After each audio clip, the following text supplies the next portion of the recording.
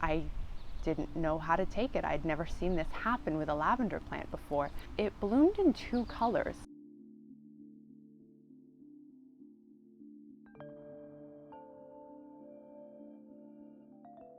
For me, lavender is a staple in a sunny garden space, and it's a fairly stable plant as well once it's established. The only thing that you're going to need to worry about is overwatering. So if its location was picked where it tends to collect a lot of water, or overwintering sometimes. It doesn't do the best. Some winters are a little bit too harsh, and even the most established lavenders just don't do very well. Other than that, once it's growing, it is a really no fuss, easy plant. Just a little bit of a pruning once or twice a year, and at that pruning time you get to utilize the blossoms and it's good to go. And it's fragrant and it's beautiful and the bees love it, and it's staple, easy. This year, this is my established lavender. I have another lavender that I had picked up from a friend that I put out by the road. I noticed something funny happening with it, and I didn't know how to take it. I'd never seen this happen with a lavender plant before.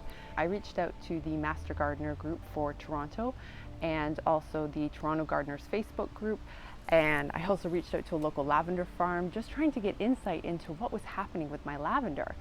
It was quite a few years old from my friend. It was an English lavender, standard, nothing funny going on with it. I had pruned off a bunch of the woody bits, but this year it bloomed in two colors. Half of the plant was more of a white with a hint of purple, and then the other side was more like what you would see here and what you would expect from a plant. So it's not like a hydrangea where the pH of the soil is going to be affecting the bloom color, and typically lavender has one root, so you can't really separate or move a plant. From my understanding, I had just one plant, and she had never planted an Edelweiss or an Alba variety before, so there was no reason that we could think of for this to be happening. So a few days went by and I got some answers back, and it looks like what ended up happening is that the plant had gone to seed in the previous year, or maybe a few years prior, and had self-seeded, and the seeds did not come true to the parent type. And this is why many times when you are propagating lavender, you're not doing it by seed, you're going to do it by cuttings, because then it comes true to type. So when it goes back to seed, it can revert back to one of those parent types or something similar to it, but it won't be true to the original plant that you were used to. So one of the things I had wanted to do with this plant is actually take some cuttings with it and start to make more throughout my space. But now I think I might actually take some of this plant up front and see if it blooms true to this new variety, see if it holds its color and if it's stable, or if it's going to revert to something else. So it's going to be a fun little experiment for me.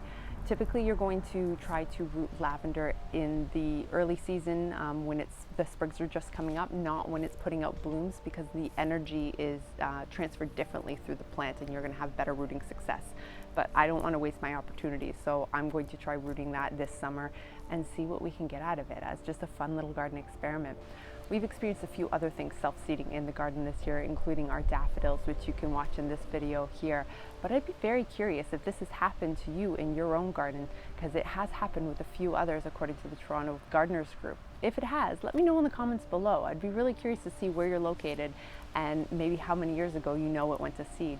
Thanks for watching.